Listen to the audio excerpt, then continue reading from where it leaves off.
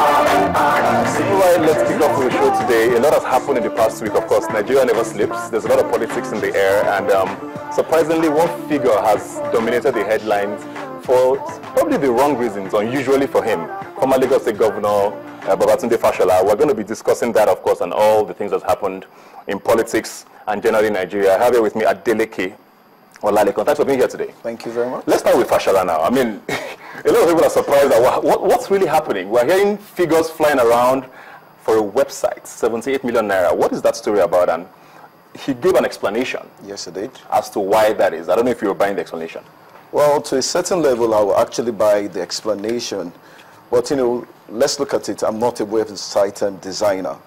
But from what I know, you shouldn't be spending that much on upgrading or the iPad, you know, even the clocking out, the closing ceremony. Why are you spending close to 12 million for that alone? And you're telling us that the total package for upgrading and the website then is 78 million naira, which you can actually use for another project that can make impact in other people's life.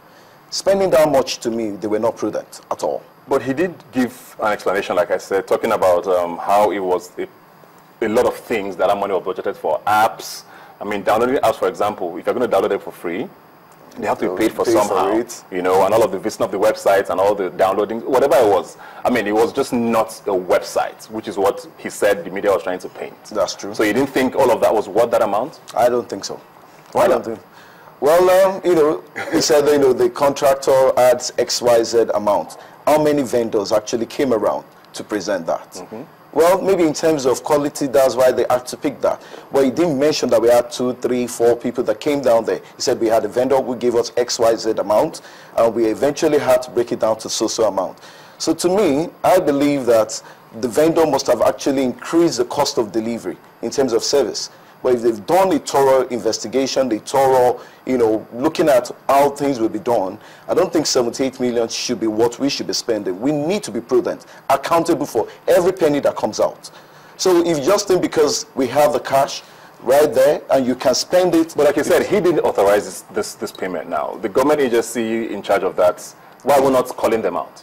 Well, the bulk of every decision, these people are acting under the fact that he is their leader. They have been assigned to do this job because he believes they are competent. So at the end of the day, whatever regime you're going to talk about is going to be ease. It's stable.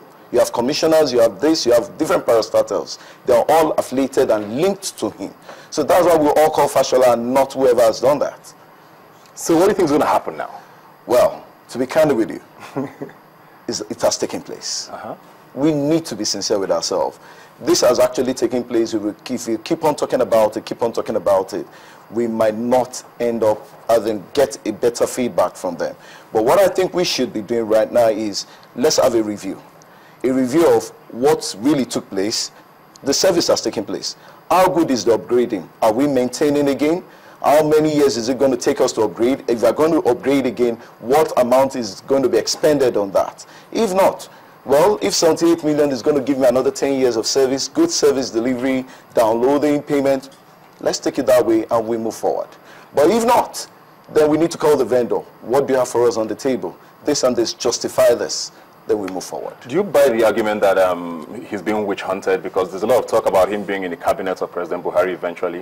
When it's released in September, there's talk about, you know, even it being from members of the APC who are fighting a certain camp in there. No, I don't think he is. Fashola is a man of his own mind. He has his own vision. So people will always talk. In this life, whether you do good or you do bad, people will talk. What is left of you is your own principle. So being witch-hunted or whatever they call it, to me, is not.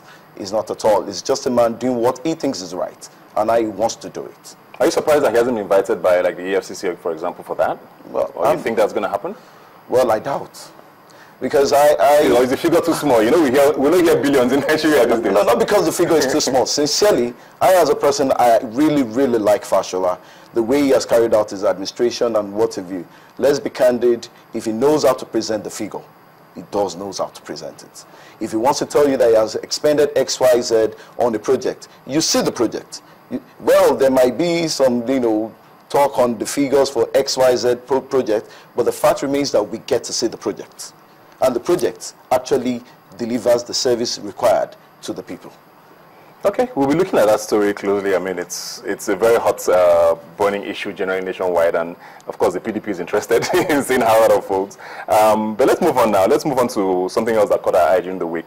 The Bishop of Sokoto, Catholic Bishop of Sokoto, Matthew Kuka, was made a few comments on TV after a meeting, the meeting from the Peace Committee that they had with President Buhari, and it's been alleged that they are sort of pawns in a game being pushed by the former president, Goodluck Jonathan. And I know he did allude to the fact that the current administration needed to focus more on the task ahead as against trying to probe the previous administration. What did you think of what he had to say? What he said right there, to be candid, I don't buy it. That the current dispensation needs to think of how to govern people and not actually looking at the money that has been looted. A lot of money has been looted out of this country. Our social amenities in this country is no way to be reckoned with, even with other African countries. Now, if we keep overlooking this, don't probe that, you are encouraging other leaders that is coming thereafter to keep looting. This is a fund meant for every one of us, not for one, not for two.